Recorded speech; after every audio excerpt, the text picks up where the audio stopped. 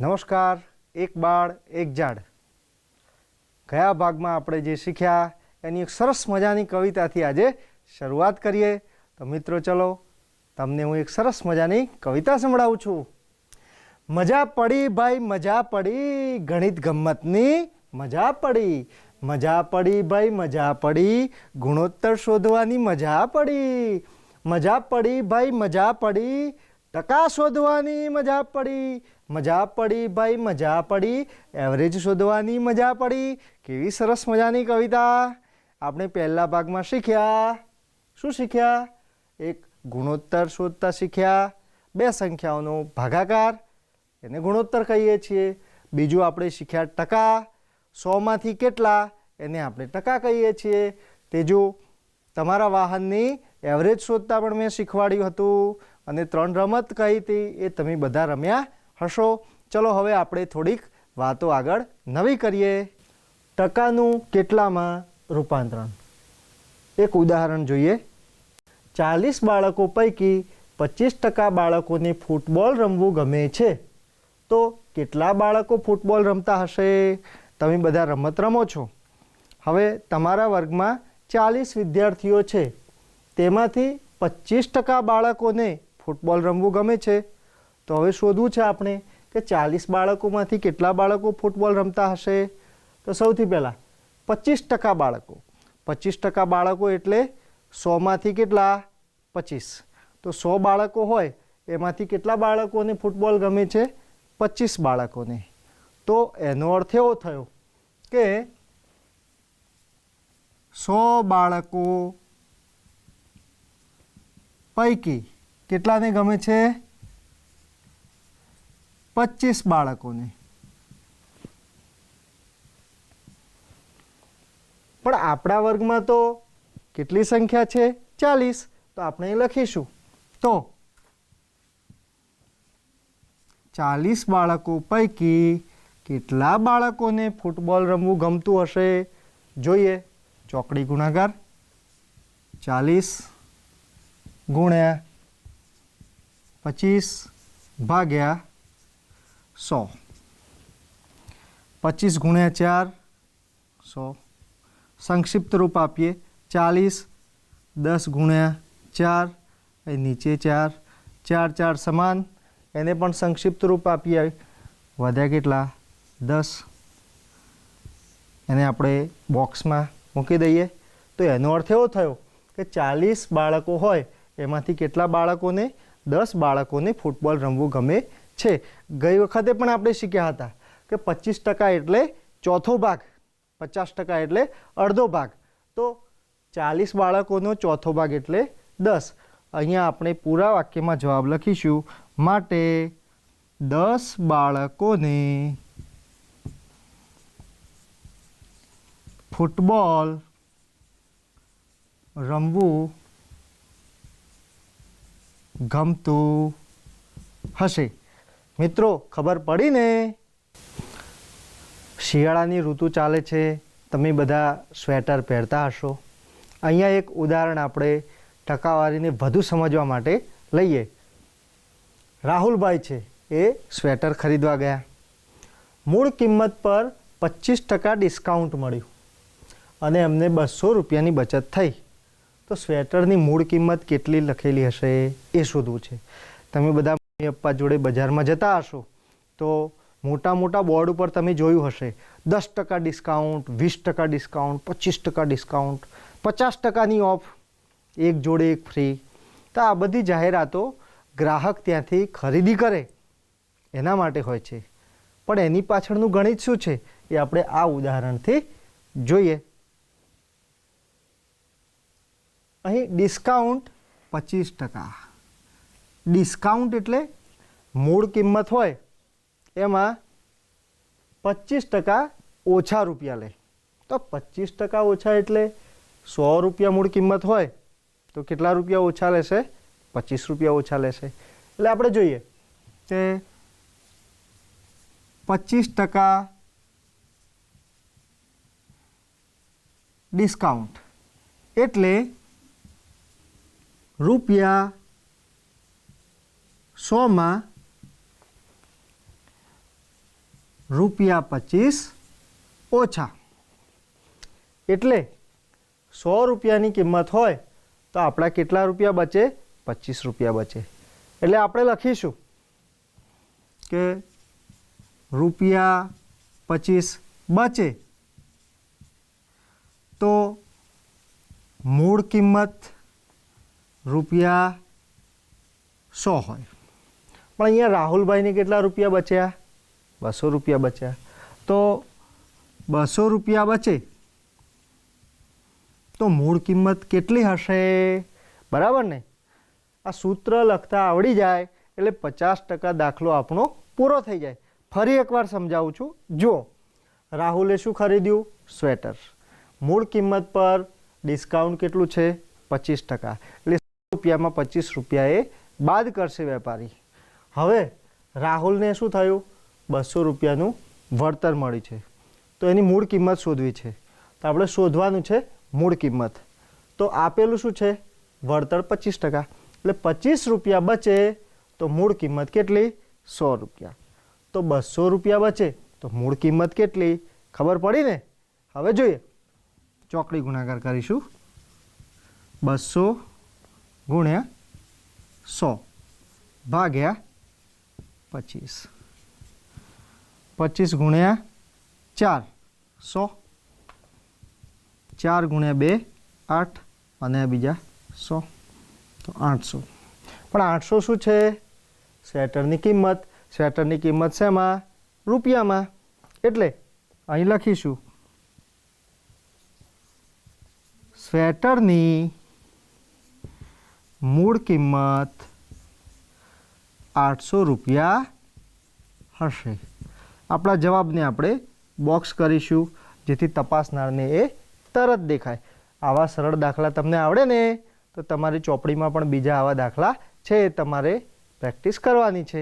ચલો હવે આગળ વધીએ. હવે આપણે સ્વાધ્યાયના કેટલાક દાખલા જોઈએ. હું જે તમને શીખવાડું એ પ્રમાણે પછી તમે પ્રેક્ટિસ કરજો. સ્વાધ્યાય 8.2 તમારી ચોપડીમાં 164માં પાના પર છે. એમાં પહેલો દાખલો છે અપૂર્ણાંકને ટકામાં ફેરવો. એમાં સી છે 3/40. કોઈ પણ સંખ્યાને ટકામાં ફેરવવા હોય તો એને કેટલા વડે ગુણવાના? 100 વડે ગુણવાના. ગયા વખતે આપણે શીખ્યા હતા ને. ચલો જોઈએ. બરાબર 3/40 ગુણ્યા 100. હવે 3 ગુણ્યા 100 એટલે 10 ગુણ્યા 10. 4 ગુણ્યા 10. હવે આ 10 10 સરખા છે એને દૂર કર્યા. હવે જોઈએ હજુ કંઈ નાનું થાય એવું છે? હા જુઓ આ 10 એટલે 3 ગુણ્યા 5 2 10 અને 4 એટલે 2 ગુણ્યા 2. ફરી 2 ગયા તો 5 3 15/2. તમારે ખાસ યાદ રાખવાનું જ્યારે આવી કોઈ રકમ આવે અને અંશ અને છેદ ઉડાડવાના હોય તો સૌથી સહેલું એ પડે કે બધી સંખ્યાના નાનામાં નાના અવયવ પાડી દેવાના. એટલે સરખી સંખ્યા જતી રહે તો છેલ્લે ભાગાકાર કરવાનું ખૂબ જ સરળ પડે. હવે આ તો તમને આવડે જ છે. 15/2. 15/2 2 7 14 1 તો જવાબ આવશે 7.1/2. કોઈ કે હજુ આગળ જવું છે તો અહીં પોઈન્ટ મૂકીશું. 2 5 10 0 તો 7.5. આમ આ દાખલાના 3 જવાબ. તમને જે ગમે એટલે સુધી તમે ગણી શકો. કેવું સહેલું છે? બરાબર ને? ચાલો એક ઉદાહરણ બીજું જોઈએ. હવે એક્ઝામ્પલ 2 દશાંશ અપૂર્ણાંકને ટકામાં ફેરવો. એ પૈકી હું એક ઉદાહરણ તમને શીખવાડું છું. બી છે 2.1. આ દશાંશ સંખ્યા છે એને ટકામાં ફેરવવી છે. તો શું કરવાનું? આપણે ફક્ત એક જ યાદ રાખવાની કે કોઈ પણ અપૂર્ણાંક સંખ્યા હોય કે પૂર્ણાંક હોય એને 100 વડે ગુણીશું એટલે એ ટકામાં ફેરવાશે. તો બરાબર 2.1 ગુણ્યા 100.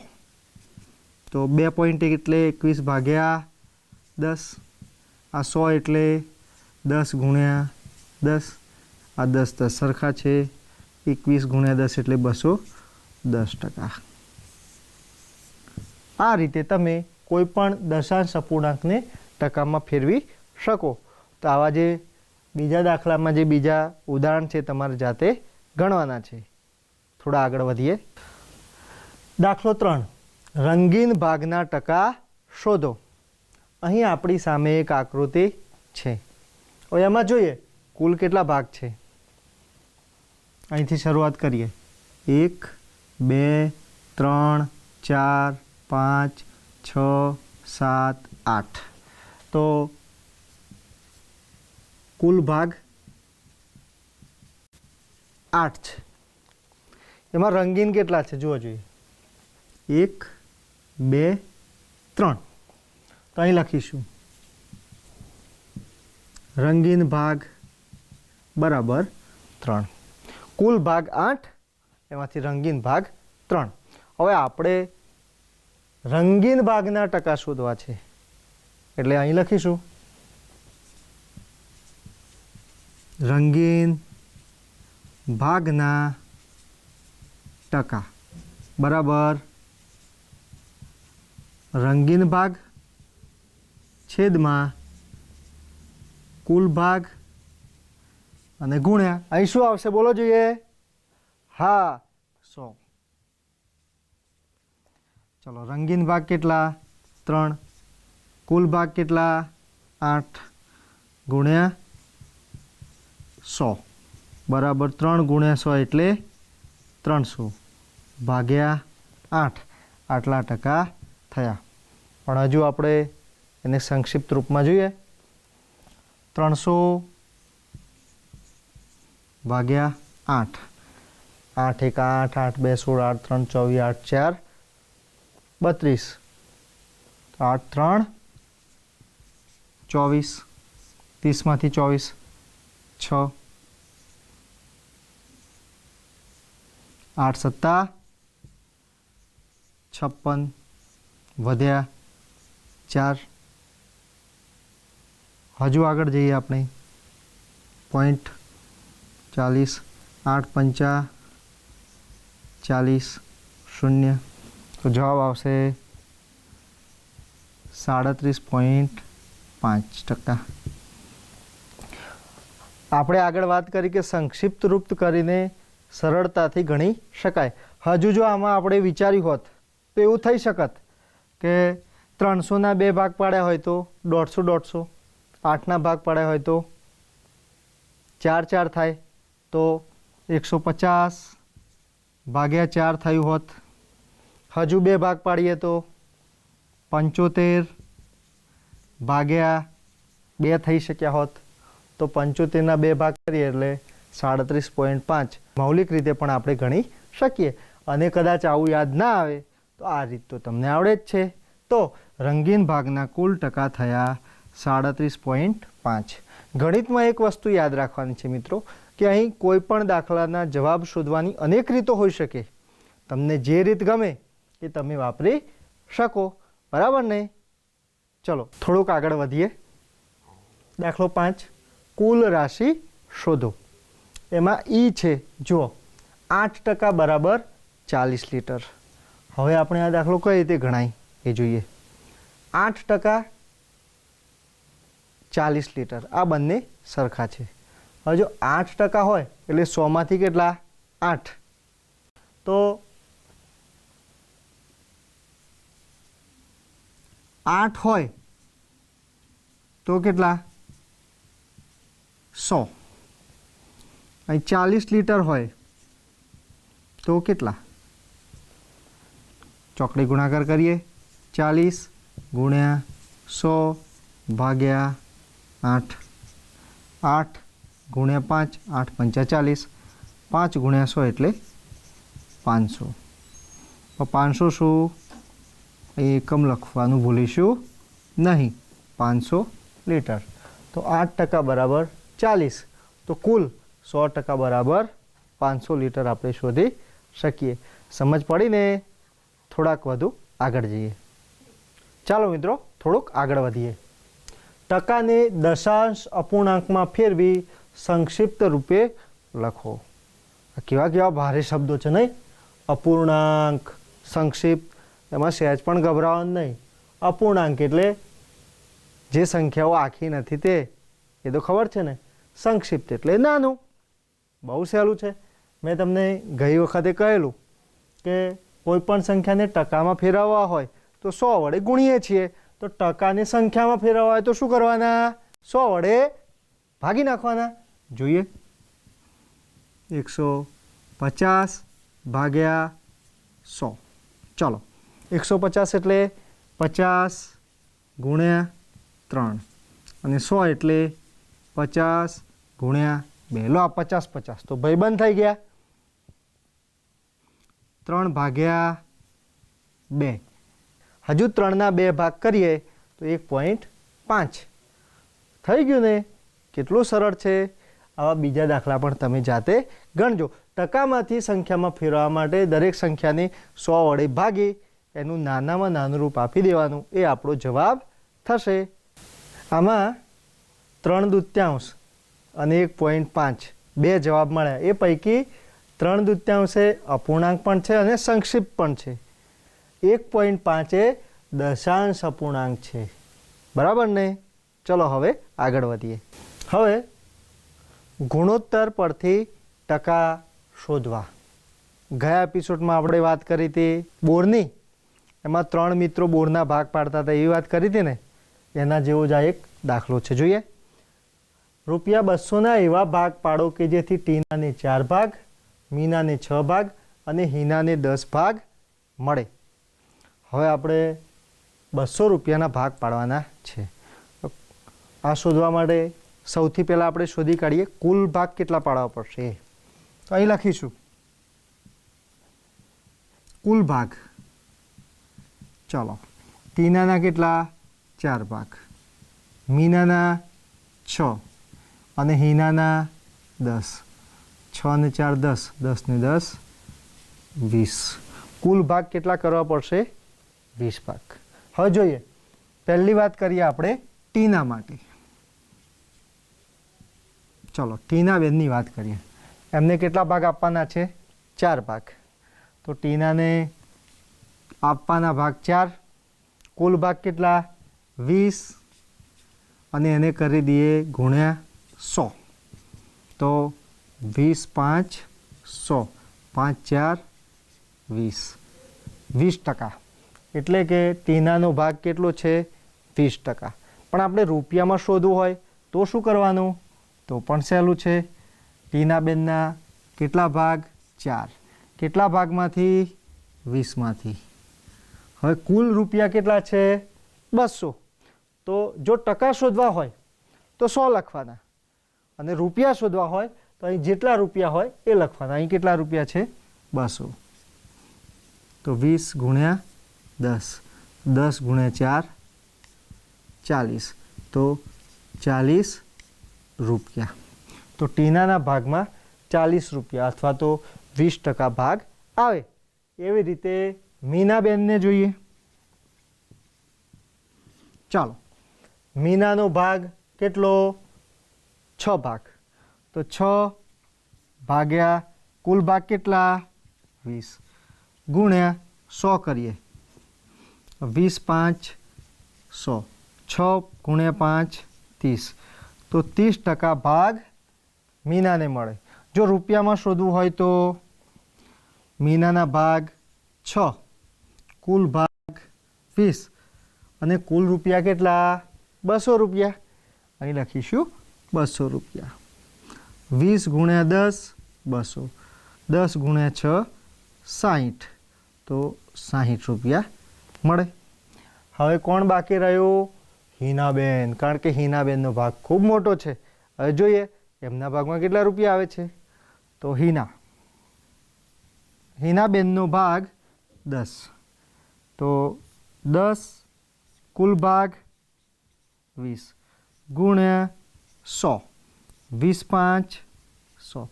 10 5 50. એટલે કે 50%. અને જો રૂપિયામાં શોધીએ તો લખીશું 10 ભાગ્યા 20 ગુણ્યા કુલ રૂપિયા કેટલા આપણા 200. 20 ગુણ્યા 10 200.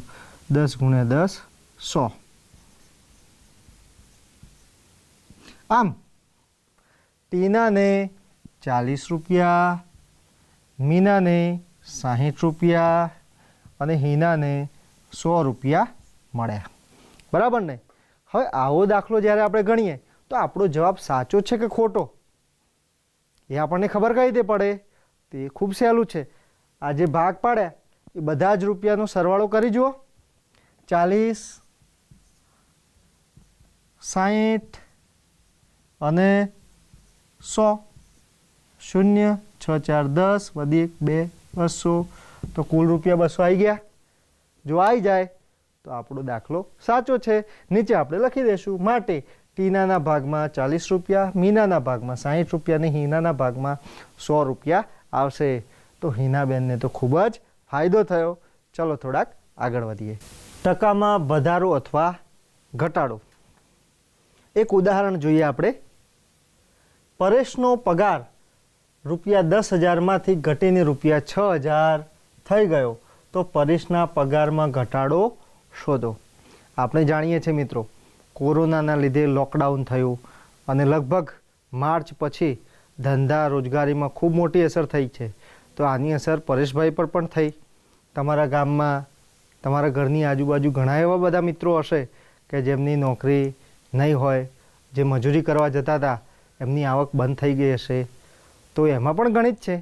જોઈએ આપણે પરેશભાઈના પગાર વિશે વાત કરીએ. પરેશભાઈનો પગાર કેટલો હતો? 10,000 રૂપિયા. હવે ઘટી ગયો, કેટલો થઈ ગયો? 6,000 રૂપિયા. તો કેટલા ઘટ્યા? તો અહીં લખીએ આપણે, પગારમાં ઘટાડો. પહેલાં કેટલા હતા? 10,000 રૂપિયા.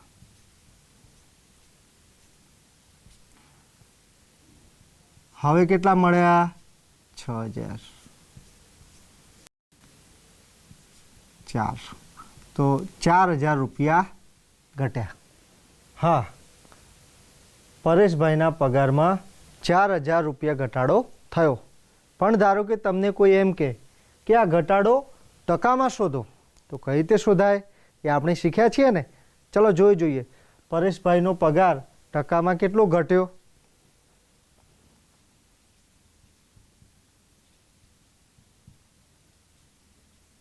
પગારમાં ઘટાડો.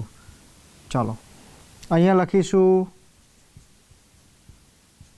ઘટેલો પગાર ભાગ્યા